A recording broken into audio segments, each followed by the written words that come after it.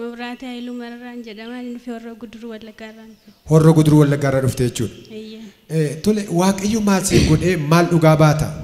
واقعيو واننا فقده قرماتا قرمو في جده سيوسي أسيد تفينا واقعيو كدتشي فده تولي أشيتي سيمي جايرا كوتو تدوغابي نانجرن سيمي جايرا كوتو تدوغابي سينجرن تولي أشي قرماتا سانا ديمي أواساتي قرماتا سانا نان ملكاين دربي چور أما قرماتا سانا ملكوفتت utuu gara kana dhufin dura siyoosii kana yeroo duraa fudhattee turte ati fudhadhee yaali dadhabee dhiise dura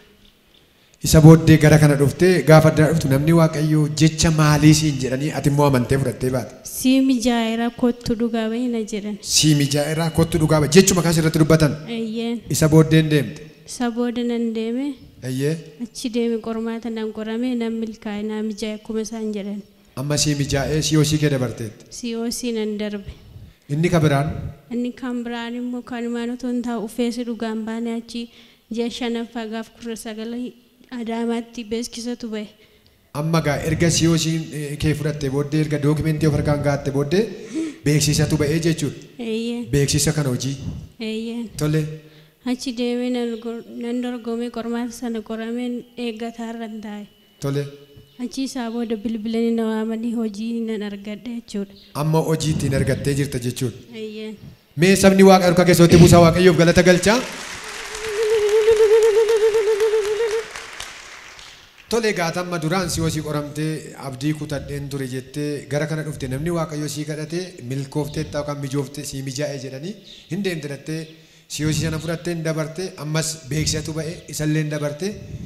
namootaaf ergaa maal qabda ammati waaqayyo kun akka kanatti isa gargaara kanaaf namootaaf ergaan qabaadhe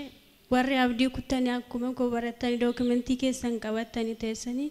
ani waggaa baay'ee abdii kutee bakka waa'ee barumsa raasuuf keessaa gatee dhiiseera jechuudha waan baay'ee yaalee dadhabe tole achi warra akka koo abdii kuttanii dhiistanii dookimentii keessanii waaqayyo bira yoo dhuftan waaqayyo sinii milkeessinii mijeessan jedha waaqayyoof galanna ta'u mee ammallee harka keessatti buusaa waaqayyoof galata galchaa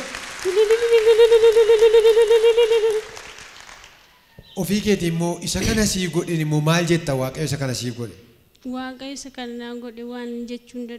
hin qabu garuu galata duwwaan gashaa galanni isaaf haa ta'u miindaa gosa jalqabarraas fideen dhufe waaqayyoof jechuudha ammallee kunoo hojii argattee miindaa jalqabaa akkuma jirutti as gara kana waldaa kana fiddee dhuftee jirtaa waaqayyoof galanna ta'u harka keessatti buusaa waaqayyoof galateeffadhaa